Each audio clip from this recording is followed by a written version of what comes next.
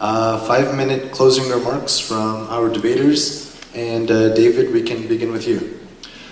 Well, I'd like to thank Sammy for his participation here, and thank everyone for the good questions and for sticking through a 2-hour debate. It's good. What else could we be doing that would be more important than this tonight?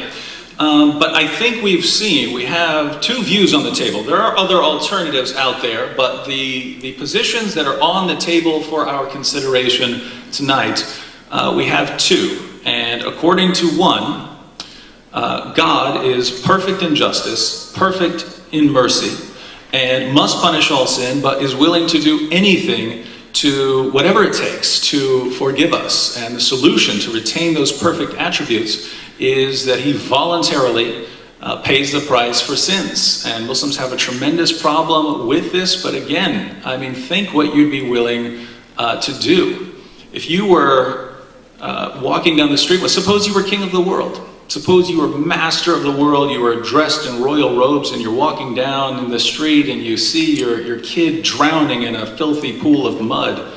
Would your royal robes matter to you? Wouldn't you do whatever it takes? Wouldn't you toss those robes aside and jump in and save the child that you love?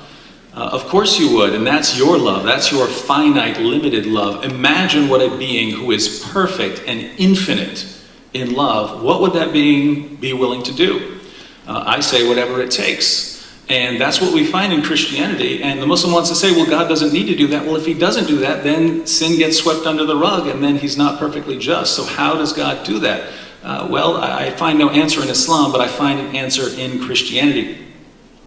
So we have God's perfect attributes being retained in Christianity. We have a message that fits with all of the evidence that we have, a message about someone dying on the cross for sins, rising from the dead, and claiming to be divine. All of our early evidence fits with this position. And think about it. According to Christianity, God had a mission for Jesus. God was completely victorious. Jesus came into the world, completed his mission perfectly. Jesus was completely victorious. He chose followers who would carry this message fearlessly. They were completely victorious. They went to their bloody deaths and would not back down.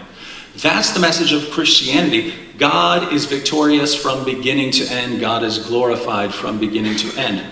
And then our Muslim friends tell us, but there's the alternative. Jesus didn't die by crucifixion. Allah tricked people into believing it. That's where that view arose. But the Apostle Paul came along later and corrupted other parts. So it wasn't Allah corrupting it by himself. He had a partner in crime. He's had the Apostle Paul also deceiving.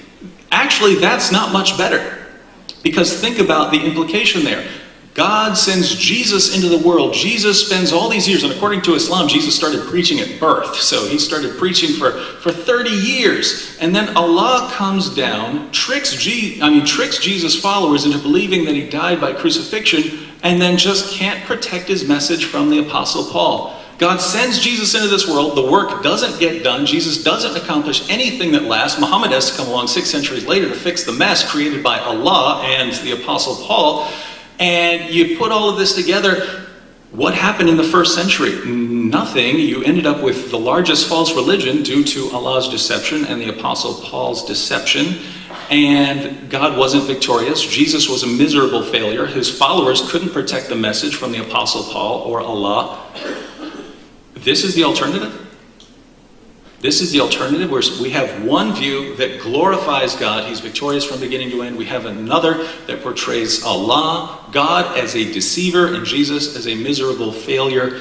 Even if we had no evidence on the table, even if we had no evidence to support either view, we'd have to choose the Christian view just in light of the theology involved. And when we add to the fact that every shred of evidence we have tells us Jesus claimed to be divine, that he died on the cross for sins, and that he rose from the dead, and so we have all of the evidence confirming Christianity, I don't think we have any reasonable choice than to conclude that the message of Jesus Christ is found in the documents of the New Testament. That is the only way to be faithful to God, is to believe in the message that has been preserved right now.